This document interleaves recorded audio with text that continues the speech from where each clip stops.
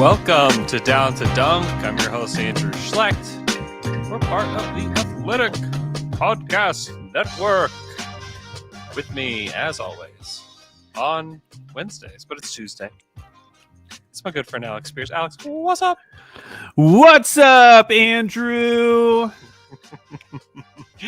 Are you still riding high off the Shai news? No, I'm actually crashing from a yerba mate right now, Andrew. I pounded a yerba about an hour ago, and I'm already crashing. Oh, no. Oh, man. So Shai, at basically the second that he could, which means that he did this before, this was in place long before he signed the deal or agreed to the deal, he is going to sign a 5-year max extension with the Oklahoma City Thunder. No options, which is really the key to this. So the Thunder basically have Shai under contract for the next 6 seasons, which is great. That's great. It's $172 million base. Pretty cool. It's pretty good. If he makes an All-NBA team, he can make upwards of $207 million. The same as Trae Young. So if you saw Trae Young's deal and you saw Shai's, you're like, why is there a big difference? Well, it's because All-Star teams, All-NBA team, those like the Rose Rule. So that happened. It's a cool. big moment for the Thunder. I mean, honestly, when the Thunder traded Paul George and you knew that the Russ trade was coming, it felt like, okay, cool, they got Shai, mostly cool, they got all these picks, and the Thunder are going to go into tank mode in order to start restocking the cupboard with stars. And I don't think anybody thought at the time, I mean, if you would have polled like every smart NBA guy and said, how many of you think that Shai will sign a max contract extension with the Thunder here in a couple of years? I think it would have been very, very few. And it would have been like a super smart guy thing to do if you did say that. Not even that. It wouldn't even be a super smart guy. It would have been like what's going on with John Collins right now, where it's like, well, Shai's maybe not that player, but OKC's basically going to be forced to give him a huge max because what else are they going to do? Yeah, exactly. Yeah, Collins is definitely a rung below, but he provides so much for the team, and he probably has a good enough agent where they could put pressure on the Hawks to do it. This was a no-brainer. I mean, if the Thunder could pay him more, maybe they would have. But this is a no-brainer signing for the Thunder. It was always going to happen. There were lots of rumors about the Thunder possibly trading him at the draft. I never really thought that those were real conversations, especially when we're talking Shai and 6 for 1 or Shai for number 3. The value wasn't there. It didn't make a ton of sense. And I get the impression that those were not conversations that the Thunder were pressing on others. I get the impression that it was the other way around, and that the Thunder's intent was always to do this deal at what ended up being 11 o'clock Central Time. So I think this was always the plan. I don't think that they ever planned to use Shai in order to move up in the draft.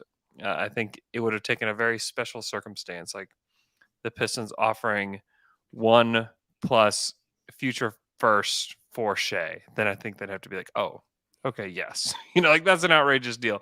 That deal also never offered on draft night. So Shai stays. The Thunder the Thunder have the same draft capital that they came into the draft with. They have 18 first-round picks moving forward. And they add Josh Giddey. And they add Trey Mann. And they get to have Shai at least for 6 more seasons. So making a lot of money. If you look at their money situation, because I was, because it doesn't start for an entire another year, like, because there were the people saying like, OKC doesn't want to pay SGA, which was so stupid. But if you think about like the next guy who will be up for a rather large contract from OKC, it's probably going to be Dort. And even then, that wouldn't start until Shai's second year into his contract. So that's 3 seasons from now. Just to give you an idea of like how clean their books are going to be for the foreseeable future. which is probably one of the reasons why they get rumored with all these restricted free agents, because they literally could sign any of these guys and it wouldn't really matter. It really wouldn't. Yeah. And that's like the lines are only being drawn to the Thunder for restricted free agents just because the Thunder have money. Well, also, it's weird though. It's not happening with the Spurs, and the Spurs have the exact same amount of money. Sure. I think that the Thunder are being used as leverage in a lot of different contract negotiations, whether that be coming from the Thunder side or not. I think that that's how they're being used. Is, oh my goodness, if the Thunder want them, of course, then maybe we should go sign whoever it is. John, like if Zach Collins wanted to go to OKC or the Thunder wanted him, okay, well, we can demand this much. I was kind of surprised the amount that Zach Collins got on that contract, and gave him 3 years. I would be horrified to give Zach Collins. People know that he like just rebroke his foot. Yeah, like a month ago he rebroke his foot, so he's probably not going to play this season. Yeah, so there's a year off of your whatever you just paid him. Yeah. And then you're hoping him to. At this point, he wouldn't have played for like 2.5 NBA seasons, and he'll be coming back.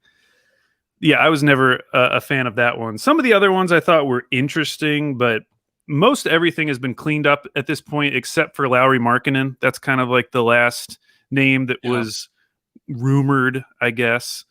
And based on the move that the Bulls just did, it seems clear to me that they're probably not going to be paying Lauri Markkanen, since they're about to pay. Did you see what the deal was? Like, not just the trade, but what the actual contract was? I just looked at it. 3 years, 85 million plus for DeMar DeRozan. Woo! Not only that, they had to give up a first and 2 seconds, and Thad Young, who like legitimately was one of their best players. That's what you call an overpay. That's where you're not using your area code properly.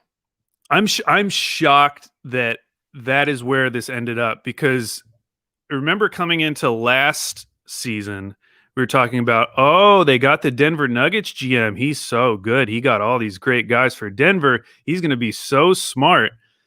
And now they've created this team that like, I just like don't even care. Like that team's not going towards contention. Like, are they going to make the playoffs? Great, cool, good for you. But you're locked into all these long-term contracts. Like, what is the next move that's going to move you beyond that? Like, DeRozan's on a legitimately bad contract now. Bad. Yeah.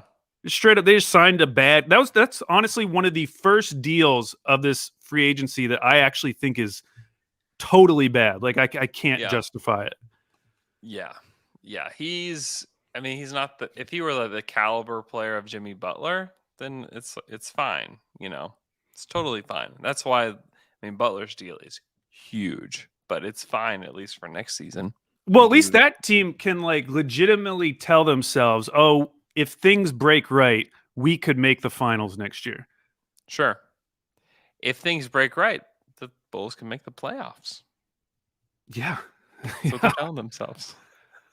That's a weird team too. It's like outside. Like, I think Zach LaVine is good and Lonzo Ball is good, but outside of that, like they've with like DeMar DeRozan and Vooch, like, it's kind of a gross team, like ill-fitting team. It's weird. Well, now that Thad's gone, it's like who is playing defense on that team other than Lonzo? Like, it's Lonzo and Alex Caruso. Those are like your best defenders. That's why they brought him in. In the front court, because they actually sent back Al-Farouq Amino in that deal too. Not that he's like amazing or anything, but those were their 2 power forwards. So they have Patrick Williams. They're basically just like betting on Patrick Williams becoming an elite defensive player in his second season. Yeah, it's gonna be kind of brutal. Hey, Tony Snell to the Blazers. Is that helping the Blazers culture there? Is this what Dame was calling for? Hey, I don't hate that. I hate I hate the Blazers in general because they're not going to break up this team. Yeah. But Tony Snell shot 40% from 3. Actually, he shot 56.9% from 3 last year. Right. On 2.3 attempts. He's better than what they had. Give him the Melo minutes. Yeah, that's great. Good for the Blazers. They still should trade CJ, but whatever. Yeah, they should. But the problem is, when we don't have to get into it. But for what is always the tough question. Everybody wants to talk about restricted free agents. John Collins. You want to pay John Collins $25 million a year? No, and I see people on Twitter getting excited about John Collins, but like, what about John Collins? Okay, going back to the draft real quick. Mm-hmm. You've talked about this a little bit with Mikey, and I feel this way, certainly, that like nothing has changed my opinion more on the future of the Thunder than what they did in that draft. Mm-hmm. In terms of, they are targeting guys that fit within this system, right? Mm-hmm. And we always make the comparison to the process Sixers. And I was texting with you, like, Sam Hinkie would have drafted Jonathan Kuminga 100 times out of 100. Every single time he would have drafted Jonathan Kuminga. You go back and look at those Sixers teams. There was never any thought put into these pieces fitting together. It was just always BPA every single year. And to be fair, that's what we were talking about. And that's kind of how we were framing it this season and going into this draft. And it was only within like the last few days of that draft that we started to we're talking about Book Knight, who fits a little bit better than Kuminga, but like Giddey is the one that fits. So now going back to John Collins real quick, like what about John Collins like fits into this like Oklahoma City thing? Like he doesn't come across as like a Thunder player in terms of the way he plays. Yeah, the way he plays, the attitude stuff too. Not that he's like a bad guy or anything, but also the Thunder traditionally, just like, take a look at the way that Sam Presti has built teams. Even when he had Kevin and he had Russ and he had Harden like firmly in place, and they had gobs of cap space in 2010. Great free agent class. Like they could have tried to lure like David Lee, or at least like you maybe even like you never even heard that like, man, the Thunder would love to get a hold of Chris Bosh. Like they had that kind of room. Yeah. Thunder knew, like they knew that they weren't going to get those guys. You think John Collins is going to leave Atlanta, who they just made this really nice run, to come play for a lottery team in Oklahoma City? Like, well, think again. It's not only that. The deal they just offered him is $125, bro. And that's what he's turning down. So you have to go above that. And you really can't, because we can only offer him a 4-year deal. So you basically have to offer him a 4-year max. That's the sort of deal that I would not be into. Now, on the flip side, I was talking or I was tweeting last night about Kemba Walker, how it seems like I don't see where the obvious fit is at this point. Sure. But somebody brought up, well, what about Ben Simmons? And I initially disregarded it, because it's like, why would you want to play Josh Giddey and Ben Simmons together? It seems like there's a lot of overlap there. And Poku. But compared to John Collins, like, I would much rather go after someone like Ben Simmons. You're giving them the same amount, by the way. I would much rather go after someone like Ben Simmons, who I actually could justify in the Oklahoma City system. What you giving up for Ben Simmons? What are you giving up? I would give up. I actually thought about this a lot last night. Here's what I would give. Because they want a stupid deal. They want a huge stupid deal. They do. So I have to get as close to stupid as I can. All right. Okay. And they also need to get better next year. Have to. Like, yes, I know they want picks, but they have to get pieces back to help them. So here we go. Kemba Walker. Kenny Hustle. Ty Jerome. Both picks we got for the 16th pick this year. The Suns pick and the Heat pick. Interesting. That's a lot, but it's not. It's a lot, but it's really not. And there's not like any like blue chip piece in there at all from the Thunder with regards to like the pick you want to give up. Right. Now the only way I do that is if you're committed to playing Ben Simmons as your center. Yeah, you got to get weird with it. You can't come in and play him at point. Like, it's got to be Shai, Dort, Giddey, Poku, Simmons. And then I mean, like you're just that like, sounds kind of fun. it would be wacky and fun, and you're actually like your defense has a chance to be like really good. And that has to be, that's a fast forward piece, right? That's okay, we kind of like what we have going here. Are the Thunder willing to forfeit their pick next season? Right, because that definitely puts it You into know, jeopardy. because I just think there's like a negative chance of that happening. I just don't think that's going to Oh yeah, happen. but at the I same just time, where is he going to go? Kemba or Wait, actually, Ben. hold on. What? Ramona Shelburne on the Jump said the Sixers are open to bringing Ben Simmons back, and I think they prefer that. Okay. Yeah. Okay. And that what that means is we can't find a trade that we like for Ben Simmons. That's what that means. Yeah, so they're going to try to Or build or it his value. signals to a team that's trying to trade for him like that's not enough. Right. So they're so screwed. They're pretty screwed. Hey, they got Drummond. Isn't that weird that they waived George Hill? Yeah, what's the move? I mean, they're trying to clear space. Like, what's the deal? I mean, I guess they do clear a little bit of space. I think it was because it was $1 million guaranteed. It was a $9 million deal. I kind of assumed it was kind of like a Corey Joseph thing, like Detroit waived him and then re-signed him for a longer deal. I thought they might do something like that, but it hasn't happened yet. And also, Danny Green is still out there. Yep. Like if they don't get either of those guys, which I admit, like neither of those guys are like swinging the championship next year.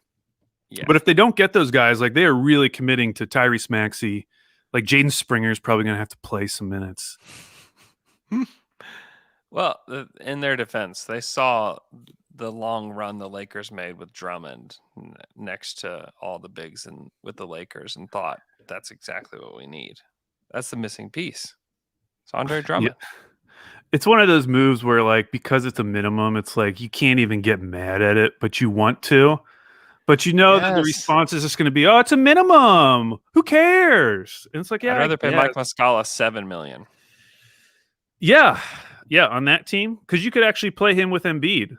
Like you're not playing Drummond and Embiid together ever. Hopefully, no. I was texting with my my cousin who lives in Philly, and he is obsessed with Tony Bradley. He wants Tony Bradley back so bad, which I know sounds crazy, but at the same time, like he's a better defender than Andre Drummond.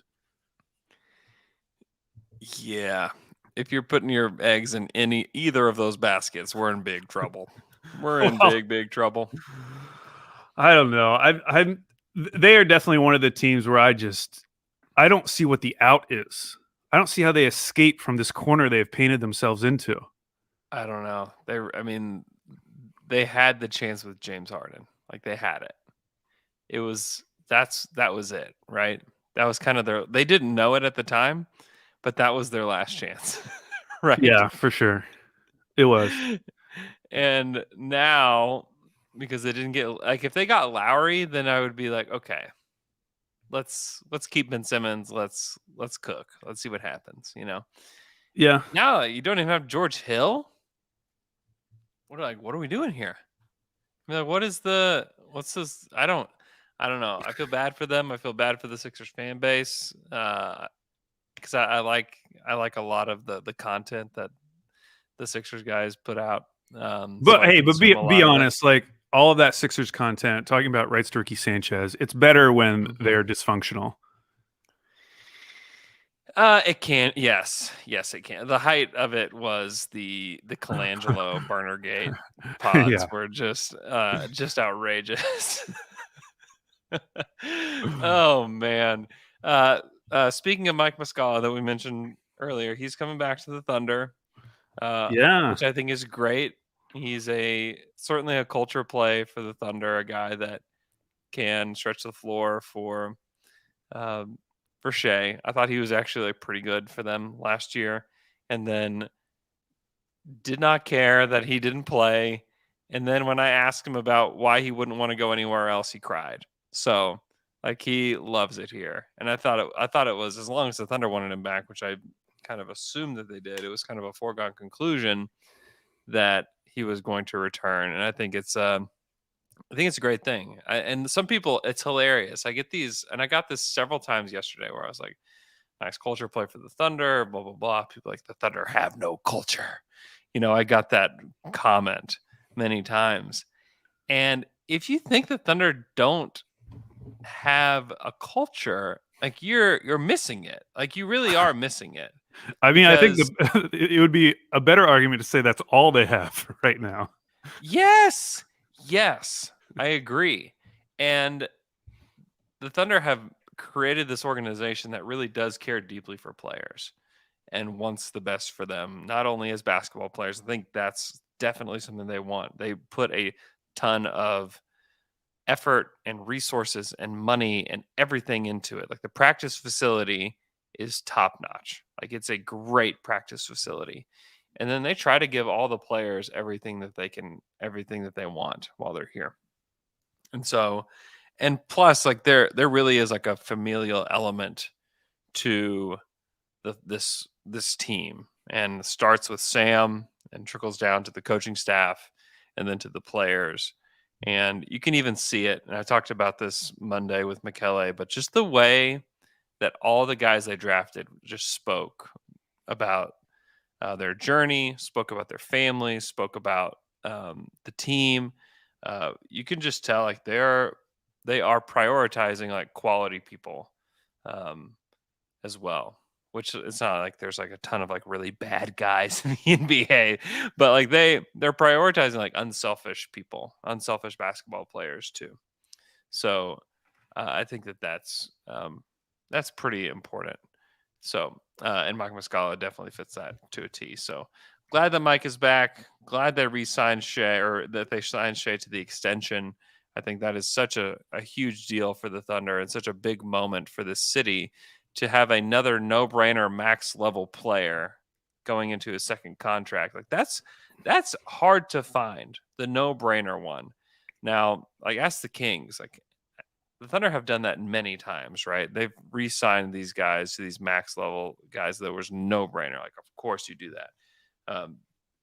The Kings would love to be able to do that with any of their guys and it being like not even questioned. I think even like De'Aaron Fox was even a question whenever Well, he signed his. So think about like if, and this actually could have happened, because I do think the Cavs wanted to draft Shai. And remember, Shai would not work out for the Cavs because that was when they got the pick in the Kyrie Irving trade. It was number 8. And instead they took Colin Sexton.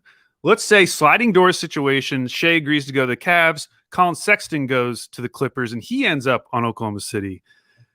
Good player, very efficient shooter. But imagine in this same situation this summer, OKC like probably, or at least the pressure from the outside is OKC has to max this guy because what else are you going to be doing? You can't let this guy leave. Like we're in such a good situation because of how good Shai is. Even if it was Shai from last year or 2 years ago, I guess, on that CP3 team, you would still have some questions about giving that player a max. Like we can't understate the jump that he made from the CP3 season to last season. I mean, he really is in a completely different tier than he was previously. I think previously you could have made a comparison between him and Colin Sexton. I would have still preferred Shai. But now, in my opinion, they are like in totally different tiers as far as players you would want to build a roster around. Yeah, the efficiency, the leading the league in drives, like all that kind of stuff is a big deal, and the versatility that he plays with and the unselfishness. I mean, and I think Shai's ready to lead a team. Now, I don't think this team is going to like go to the play-in tournament or anything like that next year, but I think he's ready to be the number one guy for a full season. And I think that this team is ready to kind of see what that looks like. And I doubt that we will. And this is just going to be an ongoing conversation. Like, I think the intent when Paul George and Westbrook were traded was to be bad for several years, right? For it to be like bottom of the barrel team for several years. They traded for Shai. Obviously, the Thunder liked him. Obviously, the Clippers liked him, right? I don't think anybody thought that this was like an out. I mean, even going into last season, I think that what happened with Shai was like the chances of it happening, like 10% outcome. Like, I just don't think anybody really thought it was going to happen, and it did.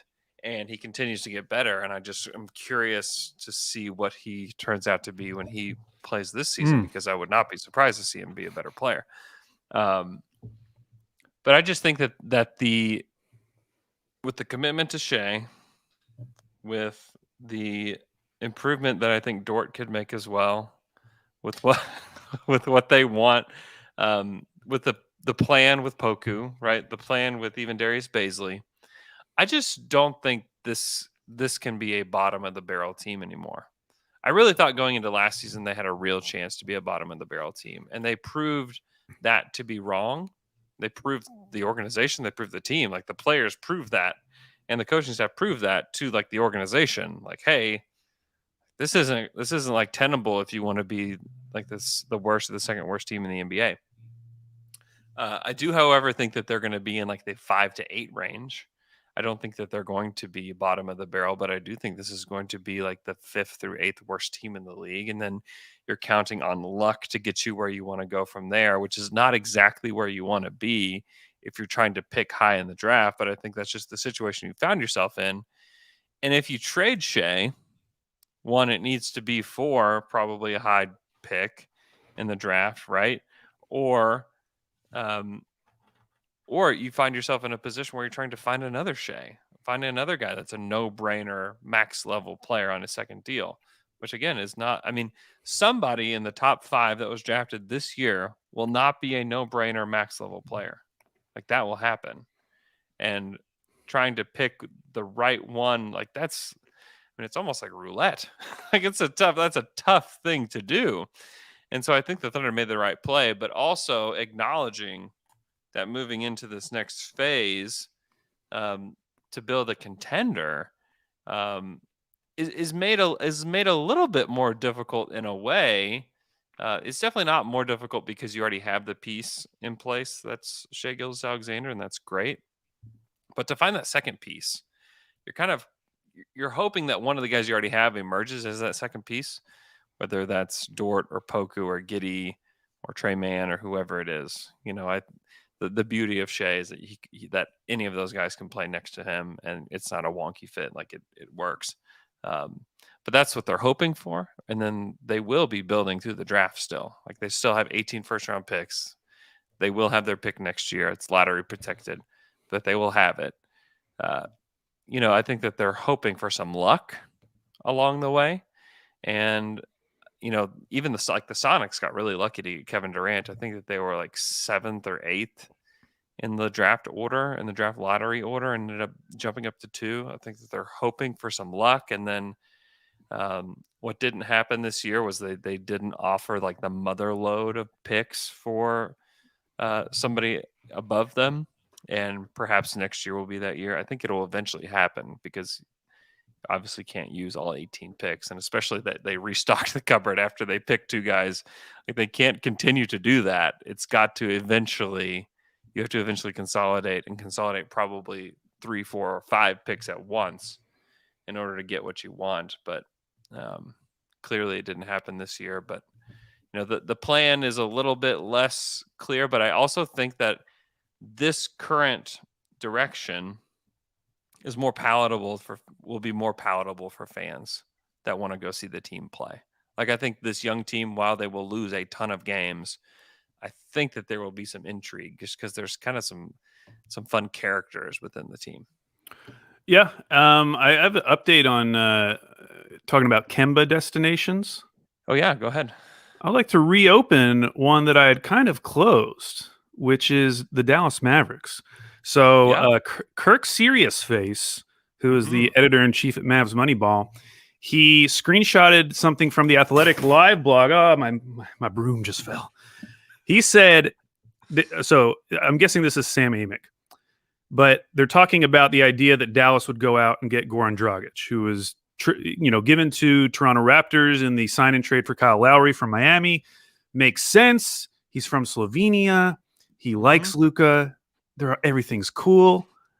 But Sam Amick said to join as a third team in that deal, Dallas would have to send at least $14.5 million in salary to Toronto, something most easily done by combining Dwight Powell and Willie Cauley-Stein. But that's where it gets complicated. Dallas wouldn't want to do that because Powell is beloved around the organization, and losing two centers in the same transaction would thin the team's depth. The Mavs also don't want to replace Cauley-Stein with one of their prospects in Josh Green or Tyrell Terry. I'm kind of surprised by that because I had just kind of assumed that they would make that deal for Goran Dragic. And then apparently it might have been Kevin O'Connor said, oh, no, on the low post, they said that they don't want to pay Dragic $19 million. They're banking on internal improvement. That's interesting because we saw what happened in the playoffs with Porzingis. They can say whatever they want about, oh, things are great. But if you make the deal for Kemba, you get off that contract a year earlier than you would otherwise. And because they just signed Tim Hardaway Jr., they are not going to be in the free agent market for the foreseeable future, at least until that Porzingis deal is up, which is 3 years from now. So, yes, like Kemba is not the most amazing player that the Mavs would want, but he gets them closer to that free agency market a year earlier. Yeah. If Kemba was a free agent and they had the space, he was all that was left, they would probably go try to get him. Yeah. So all of that is to say, I think the door's back open. Okay. For the Porzingis Kemba swap. I have no idea what would need to be included on either side. That would not shock me at this point, though. For Porzingis, I mean, we've talked about this a lot. I think and we talked about it with regards to Horford, I think, when we initially visited the trade. That's really interesting. I think if I'm the Mavs, I would rather just take a shot with Porzingis, and maybe he's better this year than trade for Kemba. You're not in agreement. I don't know. I mean, if you want to tell yourself that story, but it's like it's been 2 years in a row of telling themselves that. Yeah. No, I get it. I get it. What if it doesn't work out this year? And now you have his contract for another 2 years. Now you're like, know that he can't. It's not going to work. Yeah. And now who are you moving him for? Actually, probably moving him for Kemba Walker next year. But I don't know. Still available. Yeah. It seems just one of those things that could be realistic. Because it does kind of look like. I don't know. Give me a sec though. Give me one more point. It does also reset the timeline on that contract as an asset, because the Kemba Walker contract is only 2 years. If you can't get anything for him before this February, at that point, he's an expiring contract. And the chances of you getting like something nice are probably limited, because any good team is just going to be like, well, they might buy him out next year. So we'll just wait for that. If you get Porzingis, now you have 3 years, which is the same deal they had with Horford. So you can still have him play an entire year, build back his value, and then trade him to a team when he still has 2 years left on his deal. Yeah. Anyways, what would the deal look like? What are you willing to give the Mavs to make this worth their while? Like Kemba. I mean, I'd give him one of those poop firsts, one of the ones I don't care about. Poop first. I'll get one of them poop firsts. What about Kenrich or Ty? Are you giving them that to like make them feel better? I don't know. I mean, honestly, I'm bringing all this up. I don't really want Porzingis. I know. I don't really either. I don't want Kemba either.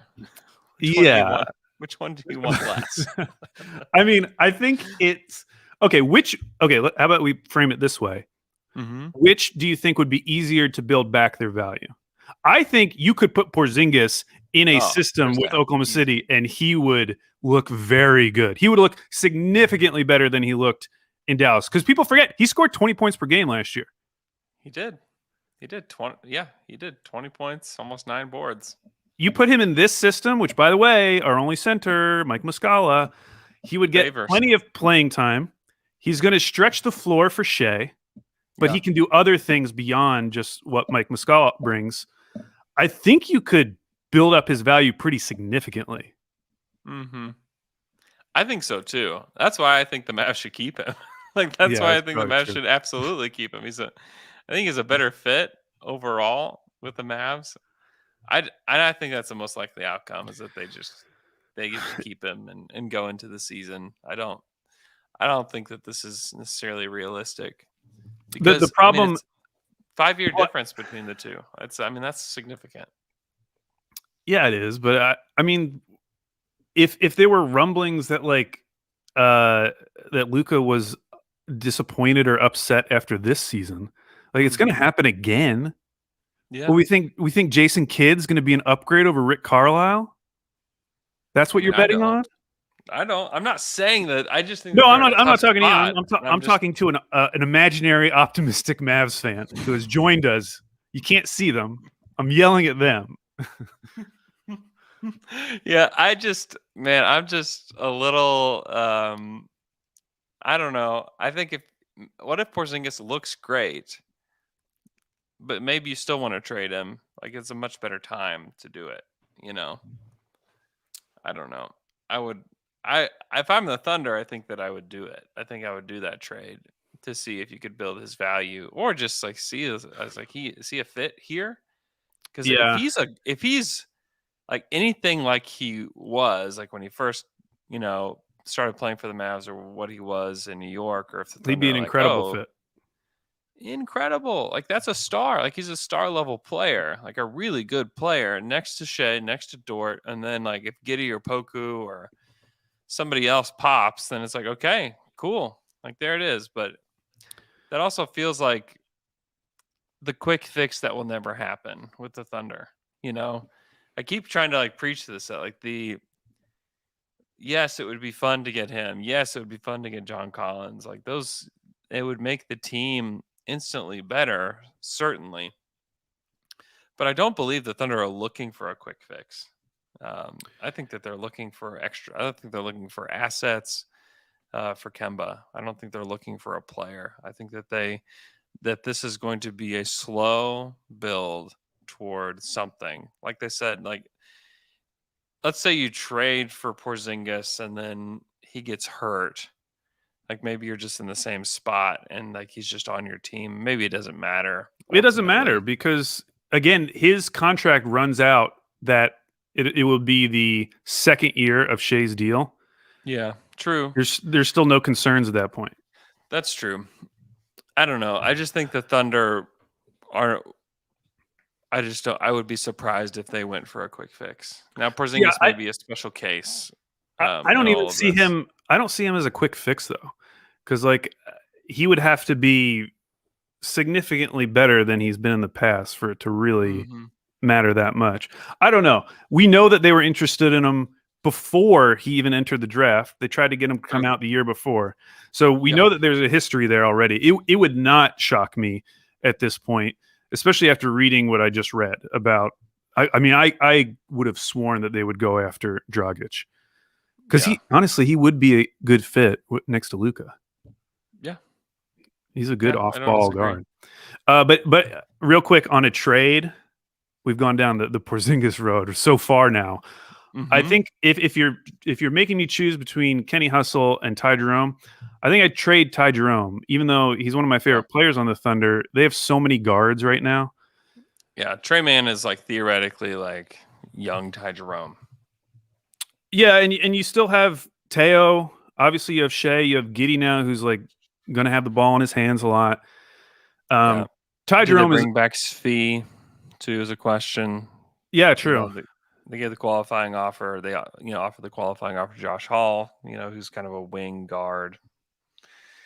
So yeah, there's a lot there. Something to think about. Something to think about, Yeah, though. yeah. I'm highly skeptical of Uh, of a deal like that. Backing out though, just looking at general free agency. Hmm. I gotta say, before I saw that DeRozan deal, not a ton of like just straight up terrible signings. Like even Yeah, the Knicks, who I do not like what the Knicks ended up doing with that space at all. can't like it.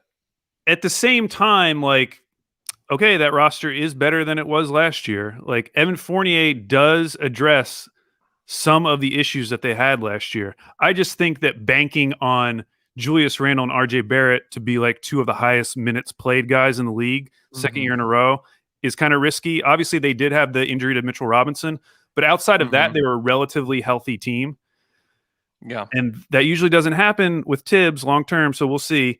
And then even with the Pelicans, like, as bad as all of this looks, and by the way, KOC said that Tim Hardaway Jr. turned down $88 million from the Pelicans, which is more than he got with the Mavs. Wow. Which is pretty crazy. Yeah. Even with like how bad it's gone for the Pelicans, I actually think they're still better than they were last year. Because I think Steven Adams and Eric Bledsoe were such terrible fits. Yeah. That I don't think this is enough to like keep Zion or whatever. Yeah. But I do think they'll be a better team than they were last year. Yeah. Certainly possible. Certainly. I mean, were there any deals that you just absolutely hated? Oh, the Pistons are just funny, paying Kelly Olynyk. Yeah, it's not it's not like a bad contract, but like it's just kind of funny. After what they did last year, now it's just like I just have to like trust them. Like they obviously got it more right. I mean, they got the number 1 pick. Things are looking great for the Pistons. Yeah, no, I think it helps. I think that Olynyk helps that team. I think it actually fits what they want to do pretty well too. But it's just that was just kind of a funny one. Yeah, like, I don't know, about $62 million between Nerlens Noel and Alec Burks seems a little rich for me. Shout out to Nerlens though, man. He's had so many $5 million contracts after turning down that big Mavs deal. It's great. It's great. It finally starts making back some of that. By the way, one of Damian Lillard's cousins tweeted out Blazers front office ... emoji with hand over face. Shame, like ooh. That's what I'm saying, man. That's what I'm saying. I agree. They are my other team other than the Sixers, where it's like, what the hell are you doing? Like, yeah, Dame is on record. On record, he has come out and said the roster that we have is not championship worthy. He's on record saying that, and they are going to run it back. Give me Snell, baby. Snell.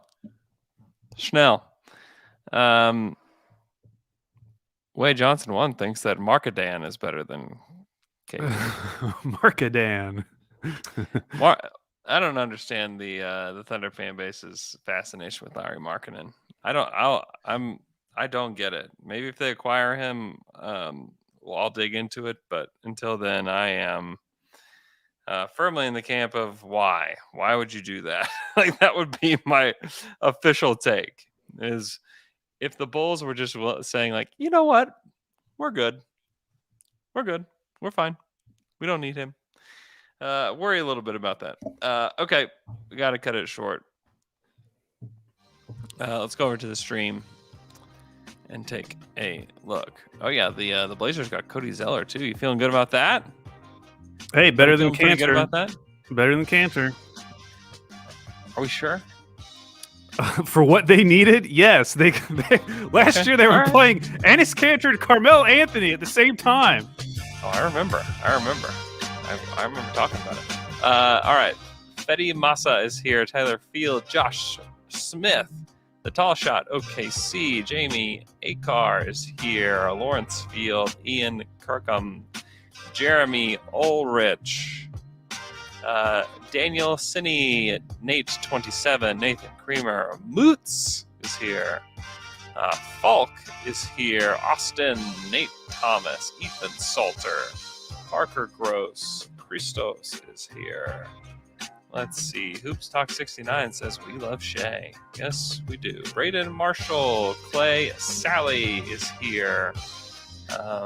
Let's see. Nicholas Hadako is here. Kevin Chen, Austin Crawcraft is here. Miroslav is here. Unhandicapped Train is here. White Black. Tim Gordon. Oh, let's see. Thanks so much for joining the stream. If you want to, you can follow us on, or I guess you could subscribe to our YouTube channel and hit the little bell and get notifications on when we go live, and you can hop on with us too. Nick Kiger, Morgan Stevens wants Lowry Markkinen. I don't understand you, Morgan Stevens. Patrick Shannon is here. Says, give me Lowry or give me death. What is happening, Al? What does this mean? Is people just wanting action? Like, what's this about? Oh, I thought you said give me Lowry. I was like, well, I don't know if he fits the timeline. Kyle Lowry. Oh, Kyle Lowry or give me death. Luke Babbitt, which I hope is the player. Matty Moles, Bowman. Edwin is here. Let's see. Wade Johnson, who I mentioned earlier. William Hecox is here. Let's see. Quinn Waters. Tanner Newman. Ian Kirkham is here. Amit is here. Thanks so much for joining. Our song is over. Hope you guys have a great rest of your day. And we will join you guys back on Friday with the Fry Pod.